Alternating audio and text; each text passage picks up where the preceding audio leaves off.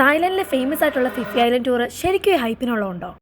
Morning 7 o'clock ആയപ്പോൾ നമ്മൾ സ്റ്റേയിൽ നിന്ന് പിക്ക് ചെയ്ത് ഫെറി സ്റ്റേഷനിൽ എത്തിച്ച് അവിടുന്ന് കോംപ്ലിമെൻ്ററി ബ്രേക്ക്ഫാസ്റ്റിന് തന്ന് 15 മിനിറ്റ്സ് ഒരു ഓറിയൻറ്റേഷനും കഴിഞ്ഞ് നമ്മളെ ഫെറിയിൽ കയറ്റി. ക്ലൂക്കിന്ന് വെറും 1500 ബാത്തിലാണ് നമ്മളിത് ബുക്ക് ചെയ്തത്. ഫസ്റ്റ് സ്പോട്ടാണ് കോക്കായിനോക്ക് ഐലൻഡ്. പുറമേ നിന്ന് കാണുമ്പോൾ ഒരു ക്യാമലിൻ്റെ ഷേപ്പ്. അവിടെ ചെല്ലുമ്പോൾ ബീച്ചസ് ആണെങ്കിൽ ഭയങ്കര ബ്യൂട്ടിഫുൾ, നല്ല നീല കളറ്. ബീച്ചിൻ്റെ തൊട്ടടുത്ത് തന്നെ നമുക്ക് ഫിഷസിനെ സ്പോട്ട് ചെയ്യാൻ പറ്റും. അവിടുന്ന് നമ്മൾ സ്നോർക്കലിങ്ങിനും ഉണ്ടായി. വെള്ളം അത്യാവശ്യം നല്ല പേടിയുള്ള ആളാണ് ഞാൻ. പിന്നെ ലൈഫ് ജാക്കറ്റ് ഉള്ളതുകൊണ്ട് എന്തും കാണിക്കാമല്ലോ. പിന്നെ നമുക്ക് പേടിയാന്ന് പറഞ്ഞാൽ ഹെൽപ്പ് ചെയ്യാനും അവർ വരും. സ്നോർക്കലിംഗ് കഴിഞ്ഞ് നേരെ പോയത് മങ്കി ബീച്ചിലാണ്. അവിടെ നമ്മൾ ഇറക്കത്തില്ല സേഫ്റ്റി റീസൺസ് കാരണം. ഈ പാറയിലൊക്കെ ഫുൾ മങ്കീസ് ആയിരുന്നു. പാറയുടെയും മങ്കിയുടെയും കളർ സെയിം ആയതുകൊണ്ട് സ്പോട്ട് ചെയ്യാൻ പാടാം. അത് കഴിഞ്ഞ് ലഞ്ച് കഴിക്കാൻ നേരെ ഫിഫിഡോൺ ഐലൻഡിൽ പോയി. അത്യാവശ്യം നല്ല ക്രൗഡഡ് ആയിട്ടുള്ള ഐലൻഡ് അത്. പിന്നെ അവിടെ തന്നെ ചെറിയ ചെറിയ കഫേസും മസാജ് ചെയ്യാനുള്ള ഏരിയാസും ഒക്കെ ഉണ്ടായിരുന്നു. നമുക്ക് ലഞ്ചിന് അൺലിമിറ്റഡ് വെജ് ഓപ്ഷനും നോൺ വെജ് ഓപ്ഷനും ഉണ്ടായിരുന്നു.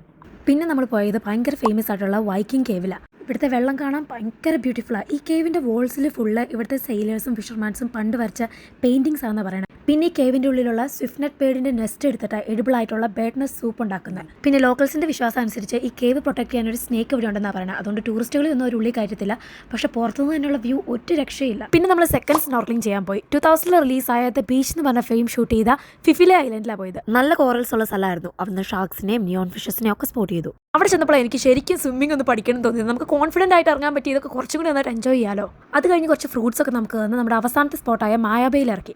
നല്ല വൈറ്റ് സാൻഡ് ഒക്കെ ഉള്ള അടിപൊളി ബീച്ചാണ്. പക്ഷെ നമുക്ക് അതിലോട്ട് ഇറങ്ങാൻ പറ്റത്തില്ല. ബേബി ഷാർക്സ് ഒക്കെ ഉള്ളതുകൊണ്ട് റെസ്ട്രിക്റ്റഡാണ്. ഇതൊക്കെ കഴിഞ്ഞ് ഒരു ഐസ്ക്രീമും തന്ന് ഇവർ തന്നെ നമ്മുടെ സ്റ്റേയിൽ നമ്മൾ ഡ്രോപ്പ് ഓഫും ചെയ്തു. ഇപ്പോൾ മനസ്സിലായില്ലേ, Phi Phi island trip really worth ഹൈപ്പാണ്.